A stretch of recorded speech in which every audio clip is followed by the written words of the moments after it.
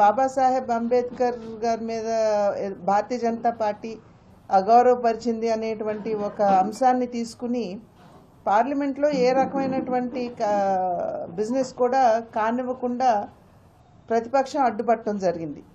ఇవాళ మీ అందరికీ కూడా, మీ మాధ్యమంగా ప్రజలందరికీ కూడా తెలియజేసేటువంటి విషయం, బాబాసాహెబ్ అంబేద్కర్ గారిని అమితంగా గౌరవించేటువంటి పార్టీ భారతీయ జనతా పార్టీ.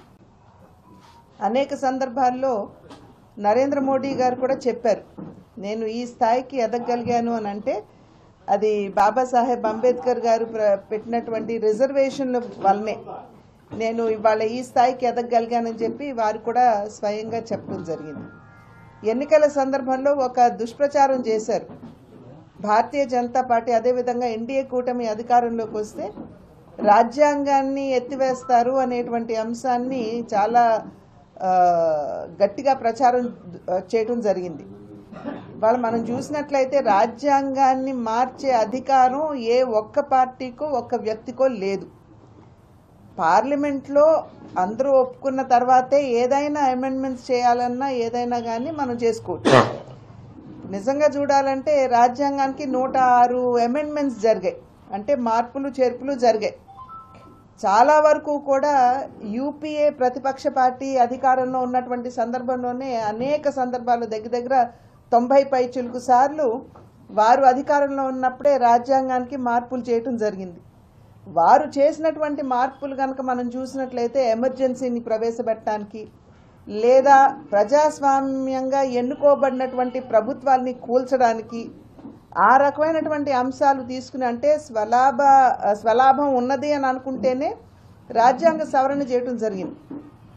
కానీ భారతీయ జనతా పార్టీ అధికారంలో ఉన్నన్ని పర్యాయాలు ఏవైతే అమెండ్మెంట్స్ జరిగాయో వాటి మీద కనుక ఒక్కసారి మనం దృష్టి కేంద్రీకరించినట్లయితే బీసీ కమిషన్కి నిన్న మొన్నటి వరకు రాజ్యాంగ హోదా లేదు, కానీ ఇవాళ దానికి కాన్స్టిట్యూషనల్ లీగాలిటీ ఇవాళ ఎన్డీఏ కూటమి కల్పించింది. అదేవిధంగా నిన్న మొన్న ప్రవేశపెట్టినటువంటి నారీ శక్తి బంధన్ అధినియం, అంటే 33% రిజర్వేషన్లు మహిళలకి కల్పిస్తూ ఏదైతే ఉందో అమెండ్మెంట్స్ చేయటం జరిగింది. కనుక భారతీయ జనతా పార్టీ నాయకత్వంలో ఉన్నటువంటి ఎన్డీఏ ప్రభుత్వం ఏవైతే అమెండ్మెంట్స్ చేసిందో అది దేశంలో ఉన్నటువంటి పౌరులకి, అదేవిధంగా కొన్ని వర్గాలకి న్యాయం చేయాలి అనేటువంటి భావనతోటి చేసినటువంటి సవరణలే కానీ ఇంతకు ముందు చేసినట్లు వాళ్ళకి ఉపయోగపడేటువంటి సవరణలు ఎప్పుడు కూడా ఎన్డీఏ ప్రభుత్వం చేయలేదు. ఇది ప్రజలు ప్రధానంగా గుర్తించవలసినటువంటి విషయం.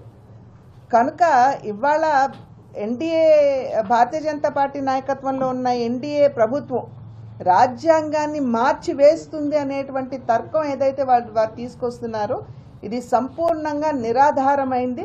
అటువంటి ఆలోచన అసలు ఎన్డీఏ ప్రభుత్వానికి లేదు, భారతీయ జనతా పార్టీకి అంతకన్నా లేదు అని చెప్పి తెలియజేస్తున్నారు. అదేవిధంగా బాబాసాహెబ్ అంబేద్కర్ గారిని అమితంగా గౌరవించే పార్టీ భారతీయ జనతా పార్టీ అని నేను ఇందాక చెప్పాను. బాబాసాహెబ్ అంబేద్కర్ మా నాయకుడు అని చెప్పి అనేక సందర్భాల్లో కాంగ్రెస్ పార్టీ చెప్పుకున్నారు. కానీ వారికి భారత రత్న ఎందుకు ఇవ్వలేదు అని చెప్పి మేము ప్రశ్నించాం. వారే ఈ 75 సంవత్సరాల స్వాతంత్రానంతరం చూసినట్లయితే 75 సంవత్సరాలు 65 సంవత్సరాలు వాళ్ళే అధికారంలో ఉన్నారు. కానీ వాళ్ళు బాబాసాహెబ్ అంబేద్కర్ గారికి ఎప్పుడు భారతరత్న ఇవ్వాలి అన్న ఆలోచన కూడా వారికి రాలేదు. అది వాజ్పేయి గారు హయాంలో వారికి భారతరత్న ఇచ్చినటువంటి విషయాన్ని ఇక్కడ ప్రజలందరూ కూడా గమనించాలి. అదేవిధంగా వారి జీవితంతో ముడిపడినటువంటి 5 ప్రాంతాలు, వారు జన్మించిన ఇల్లు, అదేవిధంగా వారు విద్య అభ్యసించినటువంటి ఇల్లు, వారు మినిస్టర్గా బాధ్యతలు స్వీకరించిన తర్వాత వారు ఉన్నటువంటి గృహం, అదేవిధంగా వారు నిర్మాణం పొందినటువంటి ఆ ఇల్లు, చివరికి లండన్లో వారు లాయర్గా విద్యను అభ్యసించినటువంటి ఇంటిని కూడా కొనుగోలు చేసి ఈ 5ంటిని కూడా పంచతీర్థాలుగా నామకరణం చేసి వాటిని అభివృద్ధి చేసింది కూడా భారతీయ జనతా పార్టీ నాయకత్వంలో ఉన్న ఎన్డీఏ ప్రభుత్వమే. అందులోనూ అనేక సందర్భాల్లో నేను ఇందాక చెప్పాను, నరేంద్ర మోడీ గారు స్వయంగా చెప్పినటువంటి విషయం, నేను ఈ స్థాయికి వచ్చానంటే వారు ఇచ్చినటువంటి రిజర్వేషన్ల మాధ్యమంగానే నేను వచ్చానని చెప్పి వారు కూడా చెప్పడం జరిగింది. వారిలాగా ఇప్పుడు కాంగ్రెస్ పార్టీ లాగా రాజ్యాంగాన్ని జేబులో పెట్టుకుని ఎప్పుడు కూడా భారతీయ జనతా పార్టీ ఆ రకంగా వ్యవహరించలేదు. రాజ్యాంగాన్ని ఎప్పుడు శిరస్సు వంచి రాజ్యాంగానికి నమస్కరించిన తర్వాతే ముందుకు వెళ్ళినటువంటి పార్టీ భారతీయ జనతా పార్టీ. కనుక రాజ్యాంగాన్ని కానీ అదేవిధంగా బాబాసాహెబ్ అంబేద్కర్ గారిని అగౌరవపరచడం అనేది భారతీయ జనతా పార్టీ ఎప్పుడు చేయదు. మరి మీరు చరిత్ర కనుక తిరిగి చూసుకున్నట్లయితే బాబాసాహెబ్ అంబేద్కర్ గారిని ఘోరాతి ఘోరంగా అవమానపరిచింది ఎవరు అని కూడా మనం ఇక్కడ ఒక్కసారి స్మరించుకోవాలి, గుర్తు తెచ్చుకోవాలి. బాబాసాహెబ్ అంబేద్కర్ గారిని 2 పర్యాయాలు వారు ఎలక్షన్స్లో కంటెస్ట్ చేసినా కూడా వారికి అపోజిషన్ క్యాండిడేట్ని నిలబెట్టి కావాలని బాబాసాహెబ్ అంబేద్కర్ గారిని ఓడించినటువంటి చరిత్ర కాంగ్రెస్ పార్టీకి ఉన్నది. వారు హిందూ కోడ్ బిల్ ఎప్పుడైతే ప్రవేశపెట్టాలి అని చెప్పారో ముందు నెహ్రూ గారు ఒప్పుకున్నా ఆ తర్వాత దాన్ని ప్రవేశపెట్టకుండా దాటేశారు.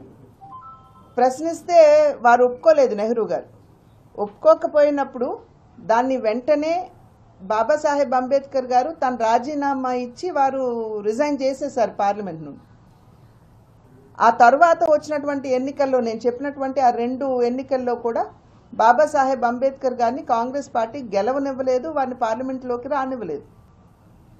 అదేవిధంగా వారు రాజీనామా చేసిన అనంతరం వారు నేను ప్రసంగించి పార్లమెంట్ నుండి బయటకు వెళ్తానంటే కూడా వారికి ప్రసంగించకుండా అడ్డుకున్నటువంటి పార్టీ కాంగ్రెస్ పార్టీ.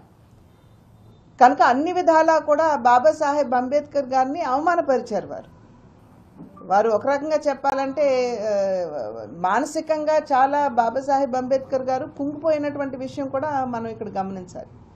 కానీ బాబాసాహెబ్ అంబేద్కర్ గారు ఏదైతే వారు విశ్వసించారు, బడుగు బలహీన వర్గాల వారికి అన్ని విధాలా మనం సంక్షేమాన్ని అందించాలి, వారికి కొంచెం అన్ని విధాలా కూడా అండదండగా నిలబడాలి అనేటువంటి ఆలోచన కావచ్చు. అదేవిధంగా మహిళలకి ఇప్పుడు హిందూ కోడ్ బిల్లో వారు కామన్ సివిల్ కోడ్ గురించి మాట్లాడారు. దాన్ని కూడా భారతీయ జనతా పార్టీ గౌరవించి వాళ్ళ యూనిఫామ్ సివిల్ కోడ్ పట్ల దృష్టి కేంద్రీకరించడం జరిగింది. ఇవన్నీ కూడా భారతీయ జనతా పార్టీ బాబాసాహెబ్ అంబేద్కర్ గారి పట్ల ఉన్నటువంటి గౌరవానికి సూచిక అని నిదర్శనం అని చెప్పి మీ అందరికీ కూడా నేను తెలియజేస్తున్నటువంటి విషయం.